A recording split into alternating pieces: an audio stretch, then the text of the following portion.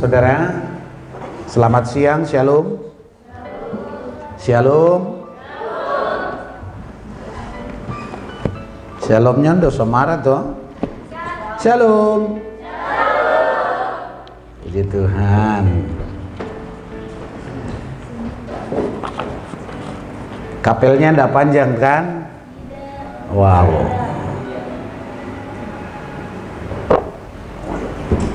Bahaya. Saya berdoa, ibu berdoa, anak-anak saya berdoa supaya saya panjang umur. Dan saya masih ingin lakukan banyak hal. Pertama, saya berdoa juga, Tuhan, janganlah mata ini tutup sebelum berdiri sebuah gereja besar di Purwokerto dengan 1.000 tempat duduknya. Lalu ada pengutusan dari sana membuka pos-pos pelayanan di berbagai kota di pelosok negeri ini. Saya berdoa untuk sinode kami, Tuhan, janganlah tutup mata ini sebelum saya melihat ada 1.000 gereja PB tumbuh dan berkembang di seluruh Nusantara. Dan ada kantor pusat yang berdiri megah indah bagi kemuliaan Tuhan di IKN di ibu kota Nusantara. Saya mau capai itu dengan pertolongan Tuhan tahun 2000 sampai 2030. Ada cita-cita yang tidak terlalu besar, semoga kami bisa wujudkan dalam waktu dekat.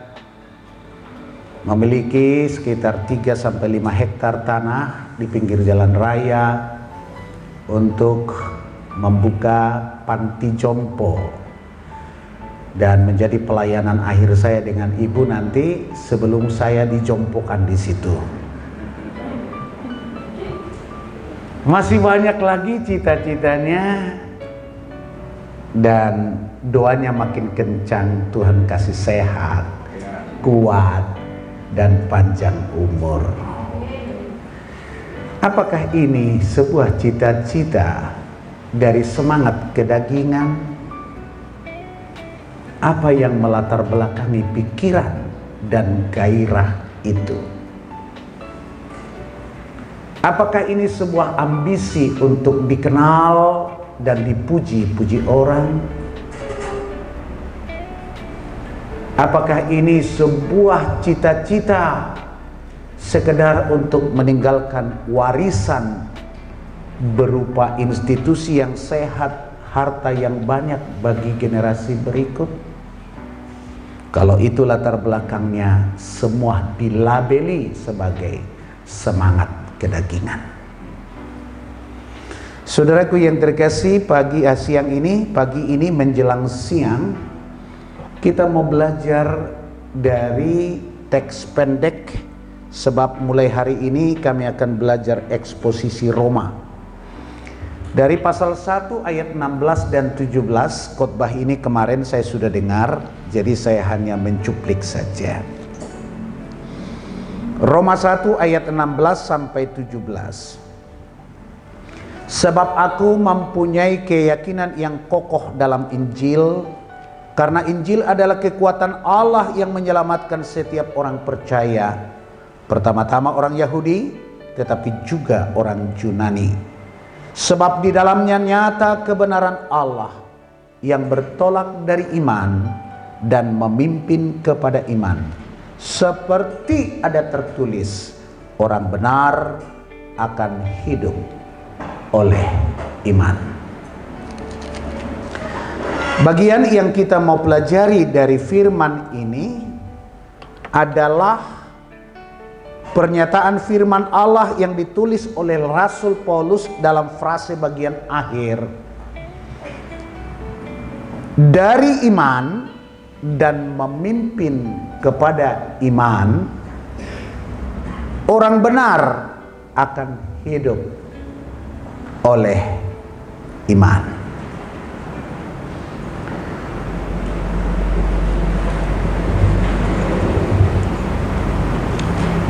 Orang benar akan hidup oleh iman, sebab bertolak dari iman memimpin kepada iman.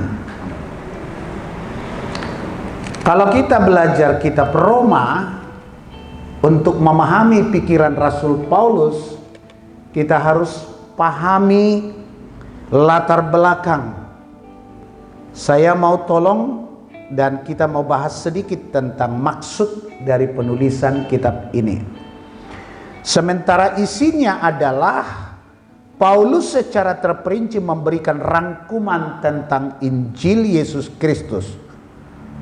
Surat Roma dipahami bukan sekedar sebuah surat yang syarat dengan pesan moral, tapi sebuah uraian teologis yang disusun dengan rapi, terstruktur, dan mendalam.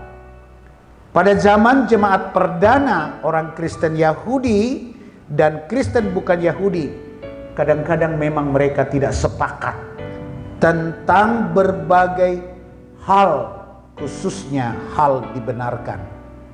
Mengapa? Latar belakang yang berbeda. Orang Yahudi sebelum menjadi Kristen, mereka sudah dapat tuntunan namanya hukum Taurat.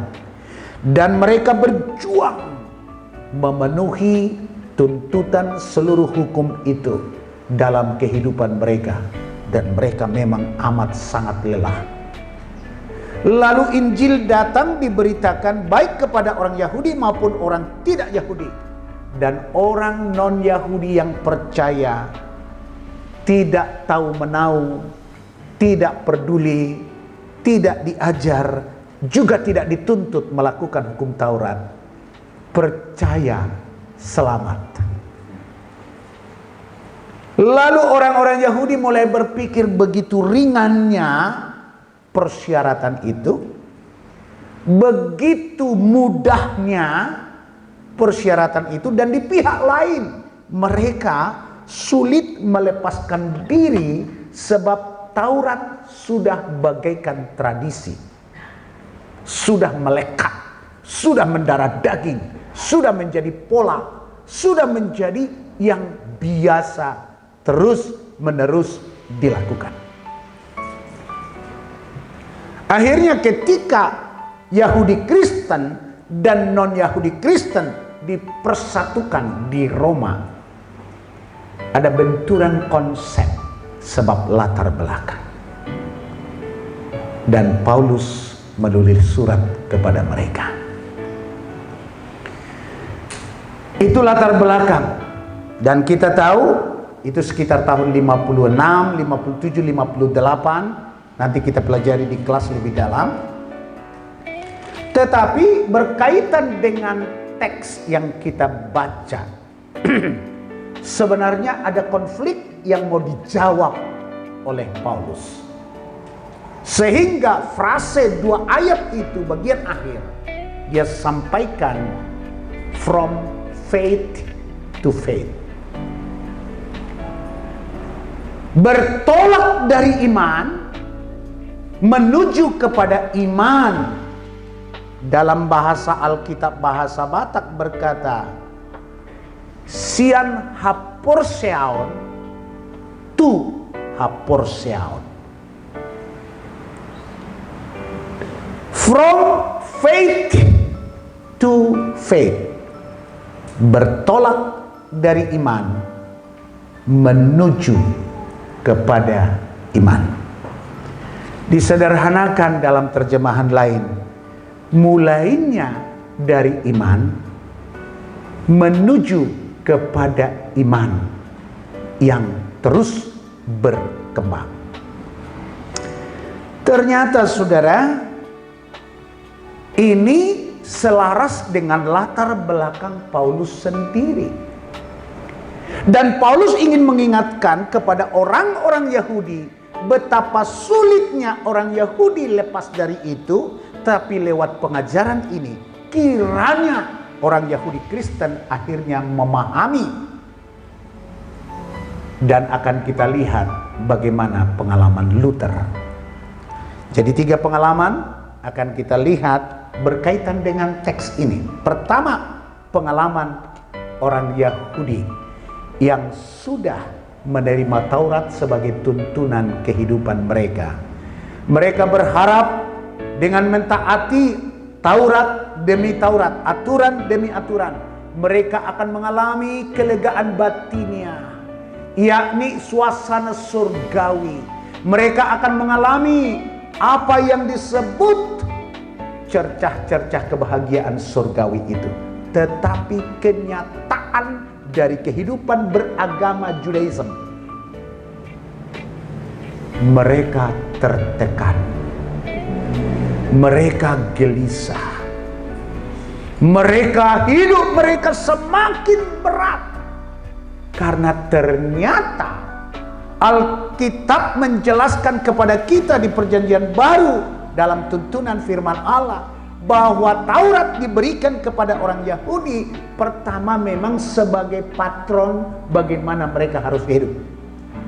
Tetapi kedua, dijelaskan bahwa tuntunan hidup ini akan menyatakan bahwa manusia dengan kekuatannya sendiri mustahil dapat memenuhi semua tuntutan hukum Taurat. Dengan kata lain, Taurat diberikan untuk menyingkapkan bahwa manusia gagal memenuhi standar Allah. Ketika orang Yahudi melakukan hukum Taurat, ada 10 hukum, lakukan 9, gagal 1, sama dengan gagal. Dan kita tahu turunan hukum itu banyak. Setiap tekukan dari anatomi tubuh kita ada hukumnya. Akhirnya orang Yahudi begitu terbebani. Mereka stres dengan aturan-aturan ibadah mereka sendiri. Mau makan tidak cuci tangan haram. Yang mau dimakan walaupun lapar, periksa dulu ada tulisan halal enggak. Berat. Mereka tertekan. Mereka terintimidasi dengan aturan-aturan itu. Tapi kita tahu, sebab Alkitab sudah ditulis lengkap, semua itu untuk menunjukkan bahwa manusia sudah jatuh ke dalam dosa, dan keberdosaan itu membuat manusia tidak mungkin dengan kekuatannya sendiri mencapai tataran standar yang Allah tetapkan. Orang Yahudi gagal. Taurat justru menyingkapkan keberdosaan mereka. Taurat itu digambarkan seperti cermin. Ada anak kos berkumpul, lalu dua temannya bersepakat ngerjain temannya yang lain. Dia ambil kotoran, masak di dapur, lalu dicoret-coret muka temannya. Lalu yang satu bangun punya pikiran yang sama. Saya mau kerjain teman saya ini. Dia ambil kotoran masak itu yang hitam-hitam itu, dicoret-coret mukanya. Waktu mereka bangun sambil tertawa, saling mentertawakan teman. Karena dia pikir muka temannya ini, gak sadar dia bahwa mukanya jelek. Dan orang ini juga tertawa ke orang ini karena mukanya jelek. Tapi tidak saling memberitahu. Lalu satu orang menyeret temannya ke kaca. Mereka lihat muka mereka berdua sama-sama kotor. Ya, ada hukum Taurat, hanya kita diberitahu bahwa si Anu telah melanggar, si Anu telah melanggar, si Anu telah melanggar, si Anu telah melanggar. Maka dibuatlah ritual pengampunan dosa. Harus ada ibadah korban penghapus dosa dan seterusnya. Besok lakukan lagi, stres lagi, lakukan lagi. tidak ada kebahagiaan. Pengalaman Paulus, Alkitab menjelaskan dengan sangat luas tentang siapa Paulus. Dia orang yang taat di bawah hukum Taurat sebagai seorang Yahudi tulen. Bahkan dia tambahi ketaatannya akan hukum Taurat, ditambahi dengan belajar sungguh-sungguh, sehingga dia dikenal sebagai seorang cendekia yang masih berusia muda. Tetapi saudara, secara ringkas kita tahu betapa stresnya Saulus dengan hidup keagamaannya, dengan ilmunya yang selangit. Dia stres. Lahirnya kekristenan, berkembangnya kekristenan, dia terintimidasi. Dia merasa agamanya sedang dilecehkan. Dia merasa agamanya sedang direduksi. Dan dia minta wewenang dari pejabat agama Yahudi untuk menangkap sekte baru itu. Dia punya gairah yang berkobar-kobar demi agamanya. Dia punya semangat demi membela agamanya. Tetapi kita tahu di kemudian Paulus menyadari itu semua semangat kedagingan. Di Roma pasal yang ke-7 ayat 24, akhirnya Paulus berkata, aku ciloko, cilakalah aku ini, sebab semangat yang kubangun selama ini untuk menyenangkan hati Allah, semangat yang kuperbuat, semua aktivitas yang kulakukan selama ini untuk kebesaran agama Allah, ternyata semua dianggap sebagai kesia-siaan. Sebab itu disebut semangat kedagingan. Lalu di ayat 25 Paulus berkata, syukur kepada Allah oleh Yesus Kristus. Di pasal 7 itu menjadi sebuah testimoni Paulus tentang peristiwa di jalan ke Damsik. Pembalikan antara semangat kedagingan bagi agama dan bagi sekte yang dianutnya, sekarang berbalik kepada penyerahan diri bagi Allah karena Yesus Kristus. Siapakah engkau Tuhan? Dari cahaya itu terdengarlah suara, akulah Yesus yang engkau aniaya itu. Apa Paulus pernah menganiaya Yesus? Tidak. Paulus baru melayani sesudah Yesus sudah naik ke surga. Tetapi Paulus dengan semangat kedagingan membela agamanya telah menganiaya orang-orang Kristen, pengikut jalan Tuhan. Nah, di titik balik itu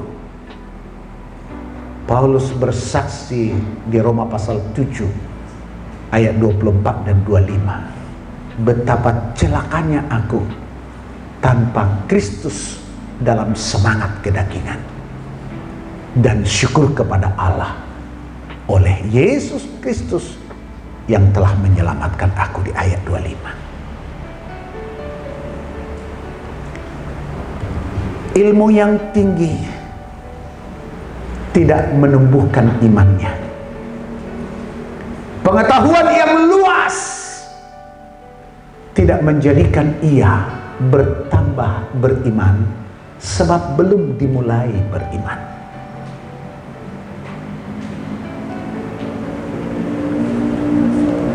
Tokoh di zaman ini, Martin Luther, seorang Katolik yang taat, yang saleh, tapi tanpa Injil. Luther bertumbuh dan melayani di tengah kesesatan gereja. Dia berkajian kepada ketaatan melakukan aturan demi aturan keagamaan untuk mencari Allah dan mengalami kedamaian hidup yang dijanjikan Alkitab. Tetapi sejarah mencatat bahwa Luther gelisah dalam hidupnya sampai ia menemukan Roma pasal 1 ayat 16-17. Dia membacanya bahwa Injil kekuatan Allah yang menyelamatkan semua orang percaya, pertama-tama orang Yahudi tetapi juga orang Yunani. Dia membaca ayat 17, from faith to faith, dimulai dari iman dan menuju kepada iman. Luther bertobat, mengundang Yesus menjadi Tuhan dan Juru Selamatnya. Dia mengalami pembaharuan. Semangatnya masih sama, gairahnya masih sama, tetapi motif yang melatar belakangi menjadi berbeda. Paulus semangatnya masih sama, tetapi tujuannya dan latar belakangnya amat sangat berbeda. Orang-orang liberal bertanya, bagaimana aku percaya kalau aku tidak tahu? Orang-orang liberal berkata, saya ingin buktikan sesuatu baru aku percaya. Tetapi saudara sedang belajar, bacalah lebih banyak buku. A.W. Tozer berkata dalam tulisannya, ketika engkau berpikir tentang sosok Allah, semakin jelas Allah itu dalam pikiranmu, semakin jauh ia dari kenyataan sebagai Allah. Sebab Allah yang kita sembah dijelaskan oleh Rasul Paulus adalah Allah yang tak terjangkau oleh akal pikir manusia. Dia maha besar, dia maha agung, maha mulia. Daud berkata, manusia hanya setitik debu. Bagaimana debu itu berpikir tentang dia sang pencipta? Maka Paulus berkata, from faith to faith. Mulai dari iman menuju kepada iman. Saya percaya gairah belajarmu akan dilipat gandakan Allah. Saya percaya nalarmu akan dipertajam oleh Allah. Saya percaya sasaran-sasaran hidupmu tidak sekedar mengisi kantong tengah perutmu untuk makan dan minum, tidak sekedar keluargamu, anak dan istrimu, tidak sekedar bertahan hidup. Jika mulai dari iman yang benar kepada Kristus Yesus, yang adalah Injil kekuatan Allah yang mampu mengubah apa saja, yang akan terus mendorong kepada perkara-perkara yang besar. Dalam hidup saya yang belum panjang ini, saya telah bertemu dengan banyak orang pencari nafkah, hamba-hamba Tuhan pencari nafkah, dan itu semangat kedagingan. Tapi Paulus berkata, mulailah dari iman, percayai Allah yang mengerjakan semuanya, syukuri apa yang dibuatnya, bahwa apa yang kita tak mampu telah diberikannya untuk kita. Maka seorang beriman akan berkata, oleh anugerahmu Tuhan aku ada, oleh anugerahmu Tuhan aku dipilih, oleh anugerahmu Tuhan aku dipercaya. Sekarang oleh anugerahmu curahkan segala karunia yang kuperlukan untuk berbuat dan berbuat lebih banyak bagi kemuliaan. From faith to faith.